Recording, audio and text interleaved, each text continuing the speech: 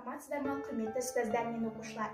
Мен Ақтөбе қаласы Мәлік Ғабдуллин атындағы номері 70-ші жалпы білім беретін орта мектептің 6-шы Ә сынып оқушысы Көкешова Нарғыз Нұртайқызы. Пән мұғалімі Тілеулина Айкерім Астанбайқызы. Мұқағали Мақатаев ары жазып кетейін. Бүгін менің туған күнім өтпелей. Мұны адамдар неге жатыр тойламай?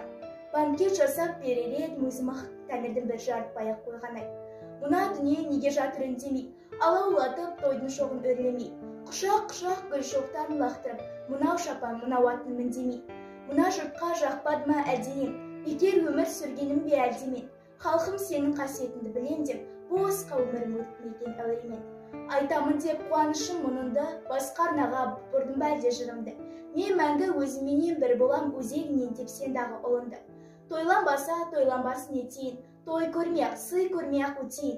Қаламыңды берші маған бәйбіше, болашаққа ары жазып кетейін.